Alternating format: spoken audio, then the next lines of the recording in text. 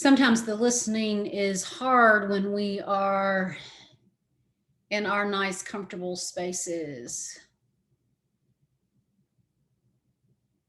And so, God, as we come and we hear the music that has filled us, that connects us to the melodies and of your life and the beat of your heart,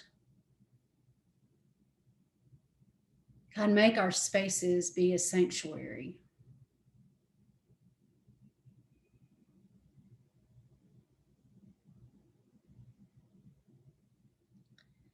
We lean into you this morning, knowing that a new season is coming. It's coming ever so slowly, and yet you are with us. God, open us, guide us, so that as we step into the world, people notice you and people see you. It's in all these things. Amen. This morning, I want you can close your eyes. I know you're not going to fall asleep, but I want you just to think about, just for a minute, who was it in your life that came to you and welcomed you into this life of following God?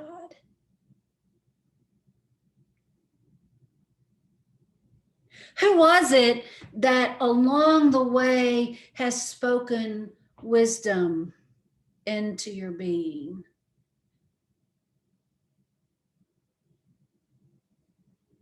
Who is it that has come to you and asked you to do something that you couldn't yet see in yourself?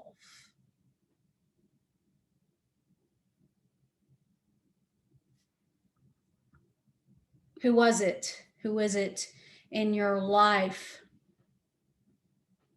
that has made that difference? That has poured wisdom upon you when you did not know that you needed it?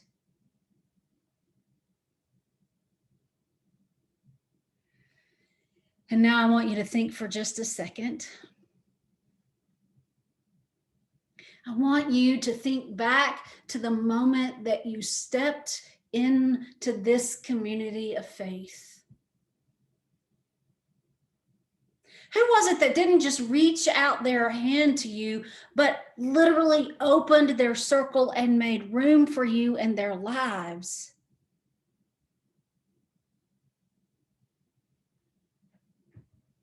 Who was it in this community of faith that had been the leader, had been the voice of authority, had been the one setting the vision, had been the leader,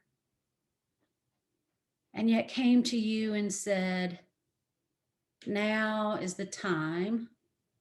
Come be a part of this ministry.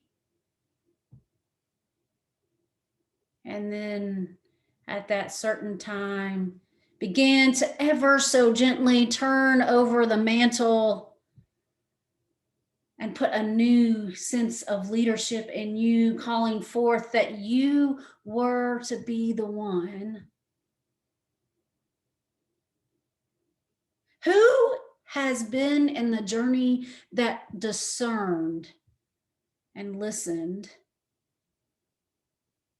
Who sought you out and then equipped you to be the leader that you are, knowing that your vision of what this community was to be like might be different than their own?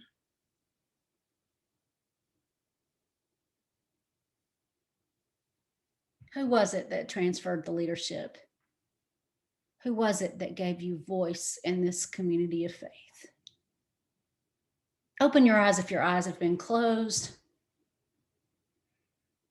You see, this story is an integral part of who we are as believers. We have heard the story of Samuel saying, "Here I am, Lord.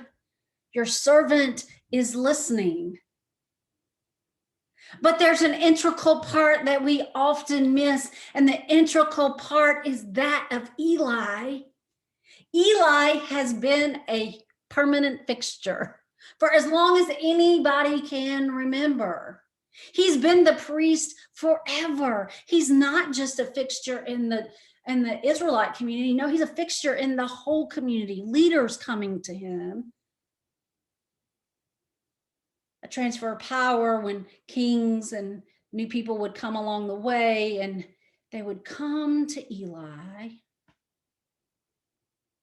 But Eli is now growing old. His own eyesight is not great,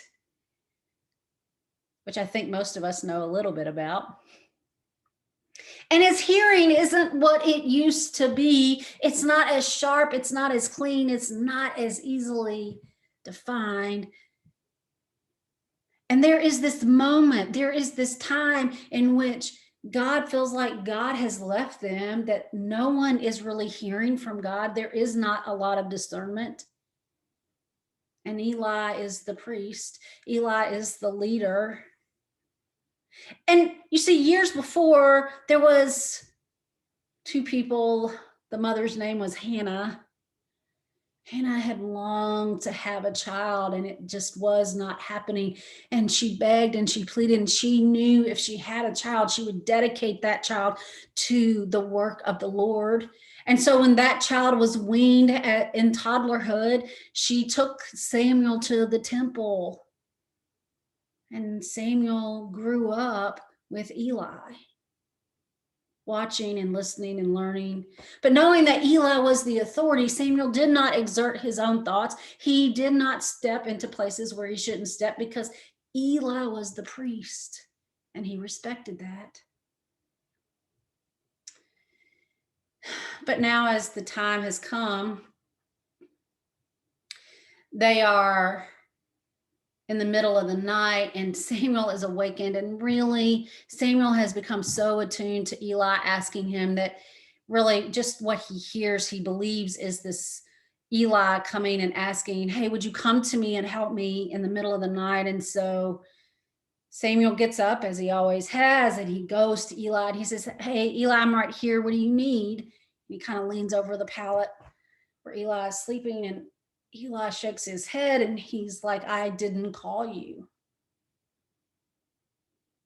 And we don't know how long are in between these movements of Samuel kind of being awakened and saying, hey, I'm trying to get your attention.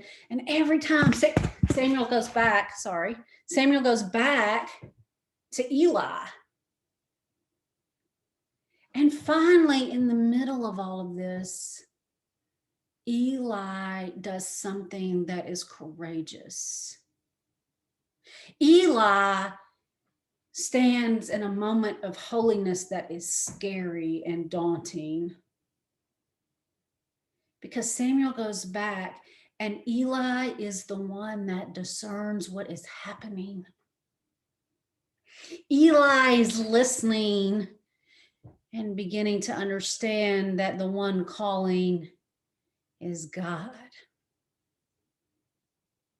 And in this moment, in the sliver of the night, in the midst of being tired and yet awake, and that trying to go back to sleep, Eli then begins to wonder.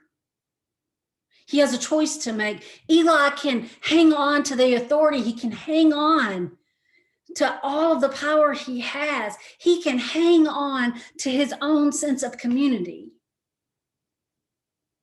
Or Eli can listen to the voice of God, and Eli can wrestle with his own demons, his own sense of purpose. Because this is all Eli has known. It is his livelihood. It is his worth. It is his calling. It is his purpose. And now Eli, in the middle of the night, ever so gently has to acknowledge that God is calling someone to take his place. That God is lifting someone up, not to replace him, but to learn from him. someone that Eli must share his wisdom with purposefully. That God is asking Eli to take the weight and the mantle off of his shoulders and begin ever so gently to be the equipper and the empowerer and the one that transfers the vision onto the new generation. But Eli is scared and he's weary and he's wondering, will his voice even matter? Will they come to him? Will they listen to him? And in the midst of those questions, in the midst of the wondering, Eli does something powerful. Eli calls Samuel. Eli says, Samuel, the next time that you hear this, I want you to respond. And it is the first transfer of power, of authority, of vision, of equipping. In that one moment, it is the integral movement of who they are and where God is leading them in the future. But Eli is the one who makes it happen. Eli is the one that gives Samuel the courage. Eli is the one that begins to release and equip so that God's new community could rise forth. You see, every single one of us in this space today, we have been the Samuels. We have been the ones that somewhere, whether it was 10 years ago, 15 years ago, maybe 30 years ago, someone welcomed us in. And they didn't just shake our hands. No, they put their arms around us and they opened their circle with and for us. And they said, come on in. And most of them were not our age. They had history at our church. They understood the movement of moving from one location into the next and building a building. And now they turned it over to you, to every single one of us. And they took the mantle and ever so gently began to equip every single one of us. They discerned. It was their wisdom that led us. It was their willingness to let a new voice rise forth. It was their willingness to let the next generation speak and to say, you must answer by saying, Lord, I am here. I am listening. And now every single one of us are the Elis for our congregation. We are the wisdom. We are the discerners. We are the ones who have been working. And let's face it, though, our eyes are growing weaker and our ears are not as strong as they once were. But God is asking us to be on the lookout, to be the discerners, to be the listeners, to be the equippers, because there are others that are coming that need to be invited into our space. And I'm not just talking about the ones that happen to come into our space.